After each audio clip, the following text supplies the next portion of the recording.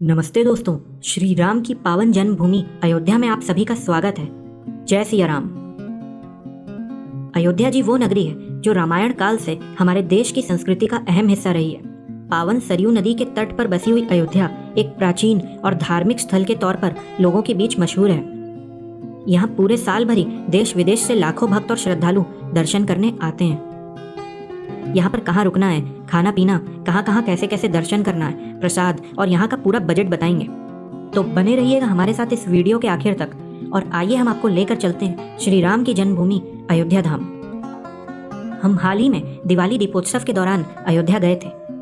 यहाँ पर राम की पैड़ी पे 22,23,000 दीपक एक साथ प्रज्वलित करके वर्ल्ड रिकॉर्ड बनाया गया है। इस समय जगमगाती हुई अयोध्या का माहौल एकदम दिव्य और अलौकिक प्रतीत होता है।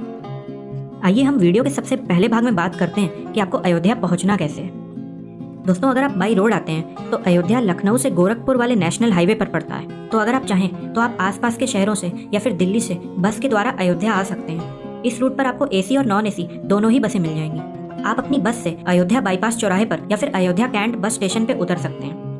अयोध्या बाईपास से आप 10 रुपए में ई रिक्शा से नए घाट चौराहे पहुंच जाएंगे और अगर आप अयोध्या कैंट बस स्टेशन आते हैं तो वहां से आप ऑटो या फिर ई रिक्शा की मदद से 40 से 50 रुपए में अयोध्या आराम से पहुंच जाएंगे। इसके अलावा आप अपनी गाड़ी या टैक्सी से भी अयोध्या पहुंच सकते हैं। अगर आप बाई ट्रेन आते हैं तो अयोध्या में आपको 2 रेलवे स्टेशन देखने को मिलते हैं। एक तो है अयोध्या जंक्शन और दूसरा है अयोध्या कैंट जंक्शन।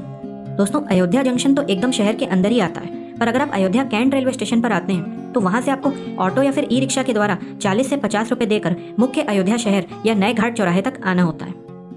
बात करें फ्लाइट की तो यहाँ का जो नियरेस्ट एयरपोर्ट पड़ता है वो है लखनऊ का। तो आप लखनऊ के एयरपोर्ट पर आकर वहां से बस, ट्रेन या फिर टैक्सी लेकर अयोध्या आराम से पहुंच सकते हैं। आप सभी भक्त अगर अयोध्या सुबह सुबह पहुंच जाते हैं तो आप पूरे दिन भर में सभी मंदिरों के दर्शन को करके शाम को सरयू नदी की आरती में शामिल होकर रात तक अपने अपने शहरों के लिए वापसी की यात्रा कर सकते हैं। परंतु अगर आप यहाँ पर रुकना चाहते हैं तो आप यहाँ पर 1 या 2 दिन का नाइट स्टे भी बना सकते हैं। इसके लिए हमने इस वीडियो के आखिरी में यहाँ पे रुकने के ऑप्शंस के बारे में बात की है। अयोध्या पहुंच जाने के बाद आप सबसे पहले पहुंच जाइए यहाँ के नए घाट चौराहे पर। दोस्तों, इसे लता मंगेशकर चौराहा भी कहा जाता है। यहाँ पर आपको 40 फीट लंबी और 14 टन वजनी वीणा की स्टैचू देखने को मिलेगी। यहीं पर पास ही में राम की पैड़ी स्थित है। ऐसी मान्यता है कि अयोध्या के सभी मंदिरों में दर्शन करने से पहले आप यहाँ पर सरयू नदी में डुबकी जरूर लगाइए। श्रद्धालुओं का ऐसा मानना है कि यहाँ पर स्नान करने से आपके सारे पाप धुल जाते हैं। तो इसके बाद आइए चलते हैं हनुमानगढ़ी की ओर। नए घाट चौराहे से आप 10 रुपए देकर आसानी से ई रिक्शा से हनुमानगढ़ी पहुंच सकते हैं। आप रास्ते में यहाँ पर देख रहे होंगे कि अयोध्या में बहुत तेजी से विकास कार्य चल रहा है। रोड्स के चौड़ीकरण होने के साथ साथ सभी दुकानों को एक ही ढंग में सजाया जा रहा है। सन 2024 तक ये सभी कार्य कंप्लीट हो जाएगा। दोस्तों, हनुमानगढ़ी श्री राम जन्मभूमि मंदिर, कनक भवन और दशरथ महल 1-2 किलोमीटर के रेडियस में ही आते हैं और आसपास ही स्थित हैं। जैसा कि आप यहाँ देख सकते हैं, मंदिर की ओर जाने वाले मार्ग को भक्ति पथ के नाम से विकसित किया जा रहा है। ऐसा माना जाता है कि राम जन्मभूमि मंदिर दर्शन करने से पहले यहाँ पर हनुमान जी के दर्शन करने चाहिए। लंका विजय करने के बाद जब भगवान राम अयोध्या आए थे तब से हनुमान जी यहीं पर विराजमान है और राम जन्मभूमि और रामकोट की रक्षा करते हैं। इसी कारण इसका नाम हनुमानगढ़ी पड़ा है। इसे बजरंग बली का घर भी कहा जाता है। मंदिर के बाहर ही आपको प्रसाद की बहुत सी दुकानें मिल जाएंगी। तो आप यहाँ से प्रसाद लेकर चाहे तो अपने जूते चप्पल इन्हीं दुकानों पर रख के आगे बढ़ जाइए मंदिर की ओर। हनुमानगढ़ी मंदिर राजद्वार के सामने ऊंचे टीले पर बना हुआ है। ऊपर मंदिर तक पहुंचने के लिए हमको 76 सीढ़ियां चढ़नी होती हैं। इस मंदिर की सभी दीवारों पर हनुमान चालीसा और चौपाइयां लिखी हुई हैं। पवन पुत्र हनुमान यहीं पर रहते हुए अयोध्या धाम की रक्षा करते हैं।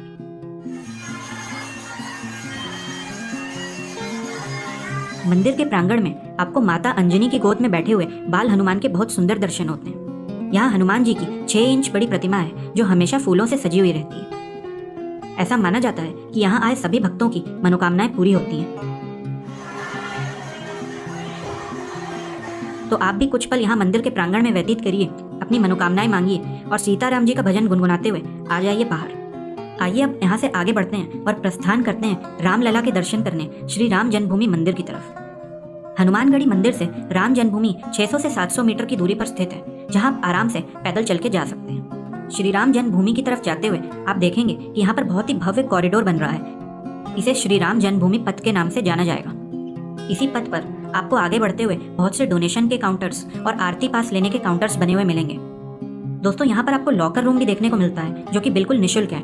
ये सभी लॉकर्स श्री राम जन्मभूमि तीर्थ ट्रस्ट की ओर से हैं। रामलला के मंदिर के अंदर आपको किसी भी प्रकार के इलेक्ट्रॉनिक डिवाइसेस, घड़ी और बैग आदि ले जाने की इजाजत नहीं है, इसलिए आपको इन सभी चीजों को लॉकर रूम में रख के आगे बढ़ना है। तो इस खर्चे में आप लगभग 800 से 1000 रुपए और जोड़ लीजिए और आप 1500 से 2000 रुपए में आराम से ये यात्रा पूरी कर लेंगे। तो किस चीज का इंतजार है आपको? जल्दी योजना बनाइए श्री पावन धाम अयोध्या आने की और दर्शन करिए श्री राम जी की। जय